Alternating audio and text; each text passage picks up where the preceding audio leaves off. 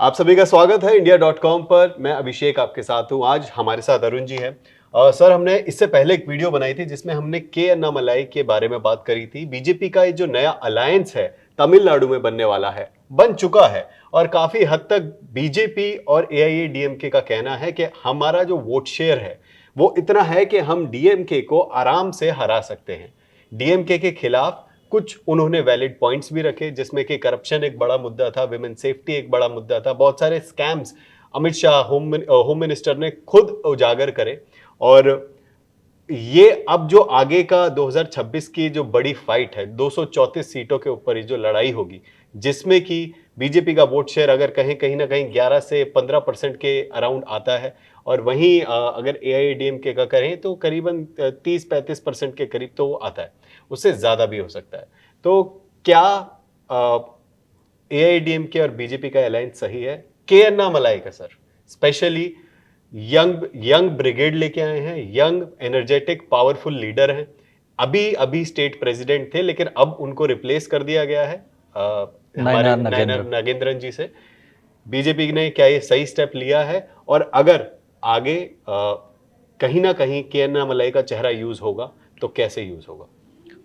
देखिए, आपने एक तो शुरुआत में बात कही कि आसानी से हरा लेंगे, इस तरह का उन लोगों ने एक तरह से अलायंस बनाने की कोशिश की है। तो आसानी तो नहीं होगी, क्योंकि डीएमके का अलायंस बहुत मजबूत है जी तमिलनाडु की राजनीति पे जी। कांग्रेस पार्टी के साथ में। एसपी अलायंस, सेक्युलर प्रोग्रेसिव जी अलायंस, हाँ, जी डीएमके हाँ। का। तो जी उनका जो अलायंस है वो फिलहाल मजबूत स्थिति में है, और आपने देखा होगा कि जिस तरह से उन्होंने केंद्र का, यानी जो केंद्र सरकार की कुछ नीतियां हैं, जैसे न्यू एजुकेशन पॉलिसी हो या फिर डिलिमिटेशन जैसे मुद्दों को, और न्यू एजुकेशन पॉलिसी में स्पेशली जो भाषा वाली बात है, हिंदी भाषा को थोपने की बात कही। तो आपको मैं बता दूं कि 60 के दशक में ये एक आंदोलन चला था तमिलनाडु में, जो है जो एंटी हिंदी मूवमेंट चला था। तो उस समय बहुत इमोशनल एस्पेक्ट हुआ करता था, उस समय तो बहुत ज़्यादा वायलेंस हो गया था इस मुद्दे के इर्द गिर्द। लेकिन उसके बाद इस बार जिस तरह से उन्होंने कोशिश की, उसी तरह से मुद्दा उछाला जाए, और जी की त्रिभाषी फार्मूले में जो है, जी। उसमें जो है हिंदी को हमारे ऊपर इम्पोज किया जा रहा है। तो उन्होंने कोशिश की थी कि स्टालिन ने, कि अपने सेंटीमेंट को जो है किस तरह से लोगों के बीच में जो लाया जाए, उसी को कुरेदा जाए, लेकिन वो सफल उस तरह से हुए नहीं। लेकिन ये जरूर बात है कि उन्होंने जो है अपने इर्द गिर्द जो है उस सपोर्ट बेस को कॉन्क्रेटाइज किया है। रही बात, दूसरी बात की, जो जो तमिलनाडु का इलेक्शन है, उसमें बीजेपी के इनरोड की बात थी। बीजेपी ने, आपने देखा होगा कि 2014 से तेजी से प्रयास कर रही, जहां देश भर में प्रधानमंत्री यानी मोदी के उदय के साथ में जिस तरह से 2014 में उन्होंने स्वीप किया, 19 में, उसके बाद 24 में भी उन्होंने मैनेज कर ली, तीसरा टर्म भी जीत कर आ गए। 2014 के चुनाव में आप देखेंगे तमिलनाडु में एक सीट ये लोग लोकसभा में जीत गए थे, वो कन्याकुमारी की परसेंटेज। वो उस समय सबसे बड़ा शॉकिंग था बीजेपी के लिए, जी। कि 2019 के लोकसभा इलेक्शन में जो वोट परसेंट बढ़ना चाहिए था वो कम हो वो गया था, घट गया। 3.9 के आसपास रह गया वोट शेयर। उसके बाद में जो कि आप देखेंगे कि 2019 और 2021 के असेंबली इलेक्शन में एआईडीएमके थी बीजेपी के साथ में, लेकिन जब इन लोगों ने अन्नामलाई को स्टेट का प्रेसिडेंट बनाया, बिल्कुल फायरी लीडर, तो अन्नामलाई ने जो हिंदुत्व ब्रांड ऑफ पॉलिटिक्स शुरू की वहाँ पर जी साउथ में, उसमें हुआ ये कि उन्होंने दो बड़े नेता एआईएडीएमके को क्रिटिसाइज किया। उन्होंने सीएन अन्नादुराई, यानी द्रविड़ लीडर सीएन अन्नादुराई को क्रिटिसाइज किया, और डीएमके के संस्थापक थे। हाँ, जी और एआईएडीएमके की जो वो आप जानते हैं चीफ हुआ करती थी जयललिता, दोनों को उन्होंने क्रिटिसाइज किया। उसके बाद जो है डिस्कार्ड शुरू हो गया, क्योंकि अन्नामलाई के साथ में अगर बीजेपी का अलायंस बना, अन्नामलाई को लेते हुए फोर फ्रंट पे, और एआईडीएमके उनके साथ अगर अलायंस बनी रहती, तो उनकी जो लीडरशिप के लिए मुश्किल हो रही थी। जी। इसी वजह से हुआ ये कि जो एडप्पडी पलानी स्वामी है, जो कि ईपीएस वहाँ की राजनीति में कहलाते हैं, उन्होंने जो है उसका विरोध किया। इस बार उन्होंने उस बार सेपरेट होकर चुनाव लड़ा, अलायंस को भंग कर दिया 2023 में। एक साल जी पहले ही वो लोग बाहर हो गए, उन लोगों ने बीजेपी से सेपरेशन, अपने को सेपरेट कर लिया और चुनाव लड़े इंडिपेंडेंटली, जी। जिसमें दोनों पार्टीज को नुकसान हुआ।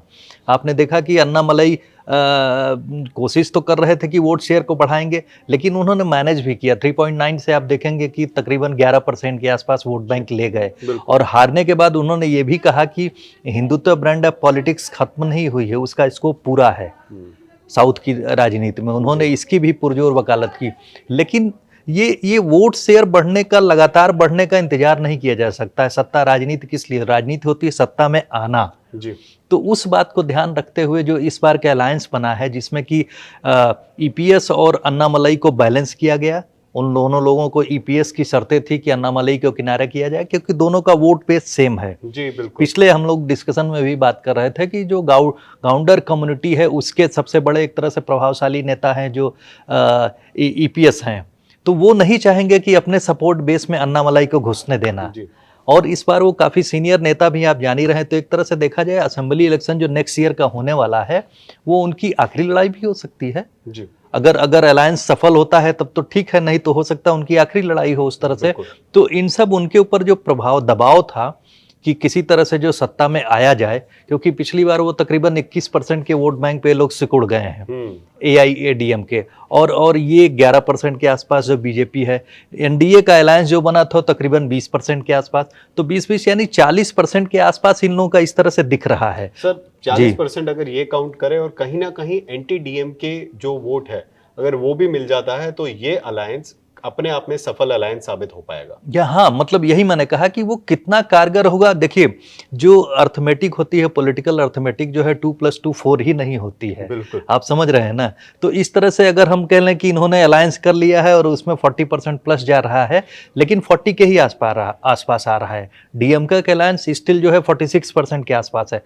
तो जो तकरीबन 5% का जो डिफरेंस है, 5% के डिफरेंस को पाटने के लिए ये लोग सोच रहे हैं कि एंटी इनकम्बेंसी, करप्शन, इस तरह के जो मुद्दे हैं, इनको उछाला जा सकता है, और कुछ उसमें से जो डिसग्रंटल्ड एलिमेंट्स हैं उनको भी अपनी तरफ किया जा सकता है। और ऐसे भी आप देखेंगे कि लोकसभा और जो असेंबली इलेक्शन जो है, दोनों थोड़ा इतर हो जाता है। उनके जो लोकल मुद्दे आ जाते हैं, तो उन सब इशूज़ को लेकर अगर हम देखें तो हो सकता है कि AIADMK जो है लोकल लेवल पे उन सब चीज़ों को जो मास्टर करते हुए प्रभावी हो और एक अच्छी फाइट दे। हो सकता है कि वो उनको अपदस्थ भी कर दे स्टालिन की सरकार को। अगर एनडीए की बात करें तो कहीं ना कहीं बीजेपी और AIADMK के साथ और भी ऐसी पार्टीज हैं, अगर वो पार्टी भी अपना वोट शेयर कंट्रीब्यूट कर पाती है, जैसे कि पीएमके हो गई, डीएमडीके हो गई, और भी कुछ पार्टीज हैं। पहले भी पिछले भी इलेक्शंस में कुछ इंडिपेंडेंट नेता थे, कुछ इंडिपेंडेंट एमएलए थे जिन्होंने इस अलायंस को सपोर्ट किया था।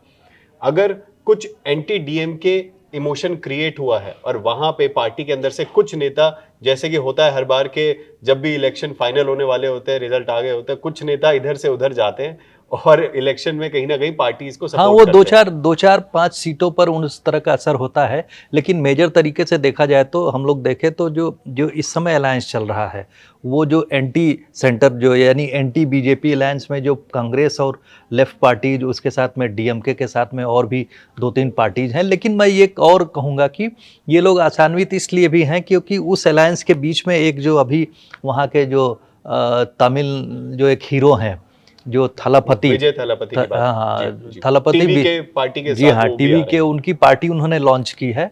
और वो भी कुछ वोट, अगर वो इंडिपेंडेंटली लड़ते हैं तो दोनों अलायंस से कुछ वोट बैंक खींचेंगे। तो उसमें होता ये है कि जब आदमी नई पार्टी लॉन्च होती है तो एंटी इनकम्बेंसी वोट्स को अपनी तरफ खींचती है, क्योंकि जो लोग नया चाहते हैं राजनीति में, जी। वो लोग उस तरफ आकर्षित होते हैं। तो उसमें हो सकता है जो ट्रेडिशनल बीजेपी वोट बैंक और AIADMK ये इंटैक्ट रहे, और उस डीएमके का वोट शेयर कम डीएमके हो का वोट शेयर भी कम हो सकता है। ऐसी शिफ्ट भी हो सकता है, शिफ्ट टीवी भी के हो को। सकता है, क्योंकि मैं एक बात बताऊं, विजय जो है, आपने देखा होगा जो वक्फ के खिलाफ जो याचिकाएं दायर हुई है पिटीशन सुप्रीम कोर्ट में, उसमें विजय की भी पार्टी से भी जो एक याचिका दायर की गई है। जी। इसका मतलब क्या है? इसका मतलब ये है कि जो ग्रेटर इंडिया अलायंस हुआ करता है, यानी डीएमके और कांग्रेस के इर्द गिर्द का अलायंस, वो प्रो उस तरफ, उनका जो टिल्ट है उस तरफ ज्यादा दिख रहा है। तो इस सिलसिले में इस तरीके से देखें तो फिर बीजेपी के करीब वो नहीं आ रहे सर हैं। विजय थालापति की बात करें तो देखो, लोकप्रिय एक्टर तो हैं ही, जी। बहुत ज्यादा पसंद किए जाते हैं थ्रू आउट इंडिया। और अभी हाल ही में उनकी जो रैलीज हुई है उस पर काफी बड़ा टर्नआउट था, हजारों की मात्रा में जो लोग थे वहां पर आए थे, लाखों आप कह सकते हैं। लाखों भी बिल्कुल। लेकिन सर मैं उन रैलीज की भी बात कर रहा हूँ जो काफी छोटे छोटे कस्बों में ऑर्गेनाइज की गई थी, वहां पर भी काफी बड़ा टर्नआउट था।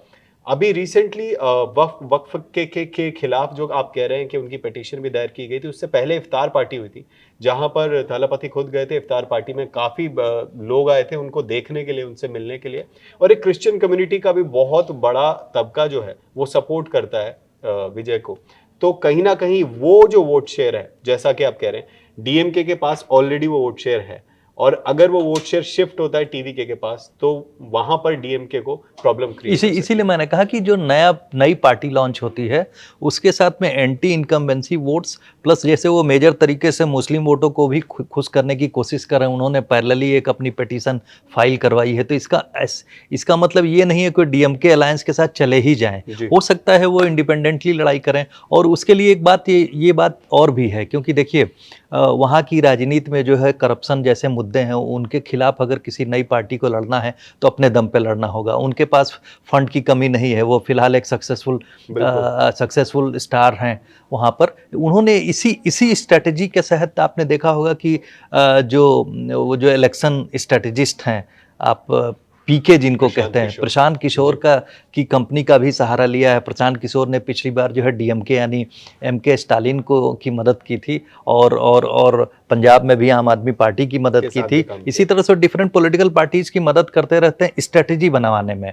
तो इस बार वो थलपति विजय की मदद कर रहे हैं तमिलनाडु की राजनीति में। तो ये भी एक बड़ा फैक्टर हो सकता है कि साहब वो जो है अपने साथ में जो है इस स्ट्रेटजी के साथ लड़ें कि इस बार मैं लड़ रहा हूँ, अगर 5 से 10 सीट भी जीतता हूँ तो ये हमारे लिए फर्स्ट स्टेप, सक्सेसफुल स्टेप होगा। लेकिन इस बीच में टिल्ट किधर होगा, ये फिर डिफिकल्ट जो है तमिलनाडु का जो असेंबली इलेक्शन है उस स्थिति में और डिफिकल्ट हो जाएगा।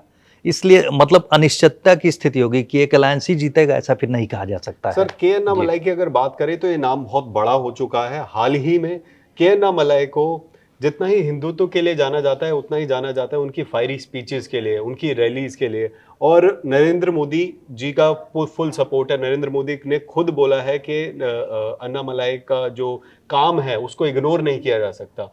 उनको एक अच्छा पद और अच्छा सम्मानित पद पे बैठाने के लिए खुद जो कैबिनेट मिनिस्ट्री है, जो भी अमित शाह है, उन्होंने खुद उसमें बोला। एक तरह से अभी ये बात नहीं है, लेकिन देखिए राजनीति में जब किसी इंपॉर्टेंट व्यक्ति को, जो महत्वपूर्ण व्यक्ति को किसी जगह से हटाया जाता है तो जाहिर सी बात उसकी सम्मानजनक स्थिति को बनाए रखने के लिए कहीं शिफ्ट करना होगा।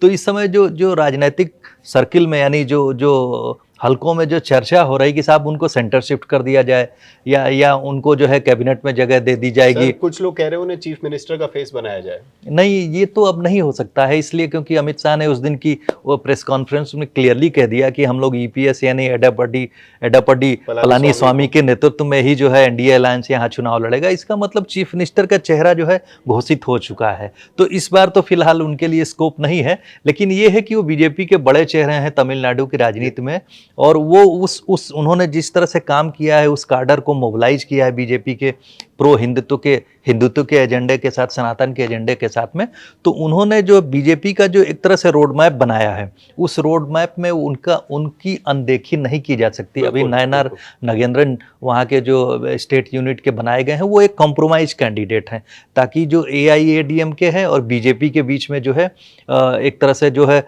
स्मूथली ये अलायंस आगे बढ़ सके। इसके साथ में आपने देखा होगा कि स्मूथ अलायंस को बनाए रखने के लिए उस दिन अमित शाह ने और भी बात कही। उन्होंने कहा कि हमें एआईडीएमके के इंटरनल रिफ्ट से भी फर्क नहीं पड़ता है, उनके उसमें हम नहीं बोलेंगे। क्योंकि अमित शाह ने ये भी बोल दिया था कि हमारी एआईडीएमके से कोई डिमांड्स या फिर उनके ऊपर कोई कंट्रोल हम नहीं करना चाहते। नहीं, ऑब्वियसली इसलिए क्योंकि वो बराबर के स्तर पर अलायंस हुआ है, और उस वहाँ पर सीनियर पार्टनर जो है ईपीएस हो चुके हैं, उनके साथ में उनकी पार्टी हो गई है।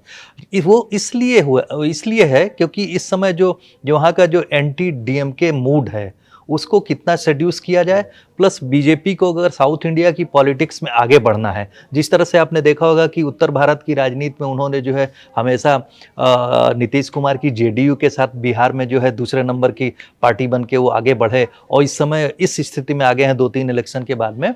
आप देख रहे हैं कि वो लोग इस बार इतनी मजबूत स्थिति में है कि अगर वो जेडीयू उतना शक्तिशाली हो या ना हो सकता है बीजेपी अपने दम पे सरकार बनाने वाला नंबर ले आए। तो वो इस तरह से अपने काडर को आगे बढ़ाना और सत्ता में बने रहने के लिए ये जरूरी है कि एक ऐसे पार्टनर को आप खोजें जिसके साथ आप स्मूथली आगे बढ़ सकें। सर जाते जाते के अन्नामलाई के बारे में बस 2-3 चीज, क्योंकि उनकी लाइफ बहुत इंस्पायरिंग रही है एक तरीके से देखा जाए तो, और कहीं ना कहीं ग्राउंड से स्टार्ट करने के बाद, जैसे कि प्रधानमंत्री की लाइफ वो खुद कहते हैं कि हम ग्राउंड से स्टार्ट किया, तो वो कहीं ना कहीं रिफ्लेक्ट करता है जो ये बीजेपी का ये लीडर है के अन्नामलाई, उसकी लाइफ से भी कहीं ना कहीं उन्होंने जब आईपीएस ऑफिसर बने तो कुछ ऐसे रोल्स निभाए और उनकी कहानियां हैं कि उन्होंने ह्यूमन ट्रैफिकिंग, जो महिलाओं की सेफ्टी के लिए बहुत बड़े बड़े कदम उठाए। कुछ लोगों को, कुछ बच्चे जिनको एजुकेशन नहीं मिल पाता था, अपने जहाँ पे भी वो आईपीएस थे वहां पर उन्होंने बच्चों को एजुकेशन प्रोवाइड करने में बहुत बड़ा रोल निभाया देखिए, था। ये इस तरह से जो आप बात बता रहे हैं, बहुत सारे कई ब्यूरोक्रेट हैं जो कि राजनीति में आए हैं। इवन इवन आपको मैं कह दूं कि टेक्नोक्रेट जो इस समय रेलवे मिनिस्टर हैं, अश्विनी अश्विनी वैष्णव भी, वैष्णव जी, वो बिल्कुल। भी सिविल सर्विसेज से आए हैं। तो कुछ इस तरह के जो अफसर आते हैं, जाहिर सी बात है वो अपनी जॉब के अलावा कुछ एक्स्ट्रा एक्टिव होते हैं। ऐसे ही लोगों पर सरकार की नज़र पड़ती है क्योंकि वो लोग जनता के बीच में बहुत पॉपुलर हो चुके होते हैं अपने बिल्कुल काम बिल्कुल। की वजह से। जमीन से जी हाँ। उन्होंने जमीन पे काम किया है। तो इसी वजह से बिल्कुल। जो ऐसे जो लोग आते हैं, आपने जैसे अभी बात कही अन्नामलाई, के अन्नामलाई की, तो के अन्नामलाई जो है आईपीएस रहते हुए उन्होंने लोगों प्रो पीपल काम किए जितनी उनकी क्षमता उसमें, क्योंकि भाई आप सर्विस बुक के साथ जुड़े होते हैं, बिल्कुल। लेकिन फिर भी उसके अलावा भी उस दी सर, हुई स्थितियों में भी आप कुछ प्रो पीपल ये भी काम कर कहानियां सकें। थी कि जो पॉलिटिकल पार्टीज उस टाइम पर थी एस्टेब्लिशमेंट में, उनके खिलाफ कहीं ना कहीं जाकर, क्योंकि ऐसा कुछ करप्शन जो उन्होंने आइडेंटिफाई किया था उसके खिलाफ लड़कर उन्होंने अपना काम किया था और लोगों को काफी पसंद आया था वो जाहिर काम। सी बात है, जो ईमानदार, अगर आप ईमानदारी से काम करना चाहते हैं तो आपके लिए बहुत सारे ऑड्स पैदा हो जाते हैं। जी। तो आप किसी न किसी को नाराज करेंगे तो आपका विद्रोह होगा, और जाहिर सी बात है आप शक्तिशाली हैं तो आपका विद्रोह होना ही है, चाहे राजनीति हो, चाहे चाहे अपना आम जीवन हो, या फिर यूँ ब्यूरोक्रेसी की भी बात करें तो आप जाहिर सी बात है थोड़ा एक कदम आगे बढ़ के कुछ काम करना चाहते हैं। तो ऐसी स्थितियों में ऑड्स तो आपको फेस करने पड़ते हैं। सर, 234 सीट्स की लड़ाई है। हम तमिलनाडु की पॉलिटिक्स के बारे में और भी बहुत सारी बातें बताएंगे हमारी ऑडियंस को। आप लोग जितने भी हमारे साथ जुड़े हुए हैं, हमारी वीडियो को देख रहे हैं, कंटिन्यू करिए, क्योंकि जितना भी तमिलनाडु का ये इलेक्शन है ये बहुत बड़ा होने वाला है। इस बार बीजेपी फुल फोर्स से जा रही है, एआईएडीएमके के साथ अलायंस किया है। कहीं ना कहीं डीएमके वो चाहेगी कि पार्टी वापस से जीते, वापस से सत्ता में आए, क्योंकि कुछ ऐसे मुद्दे हैं। अगर वो डीएमके यहाँ पर हारती है तो हो सकता है ये जो करप्शन के खिलाफ जो चल रहा है काफी सख्त हो जाए बीजेपी और एआईडीएमके का अलायंस, और कुछ ऐसे स्ट्रिक्ट एक्शन देखिए दक्षिण की राजनीति इसी तरह से चलती रही कि या तो एआईडीएम के पिछले 20 सालों में देखा गया कि एआईडीएम के जयललिता के नेतृत्व में आती थी, या फिर जो डीएमके अलायंस जो आता था उनके स्टालिन के जो पिताजी हुआ करते थे, करुणानिधि जी के, तो वहाँ की राजनीति इस तरफ से उस तरफ टिल्ट होती रही है। इस बार 2026 के चुनाव में क्या होगा ये तो अभी से नहीं कहा जा सकता, लेकिन it would be interesting, no doubt. It will be very interesting. आप जुड़े रहिएगा India.com के साथ। Thank you.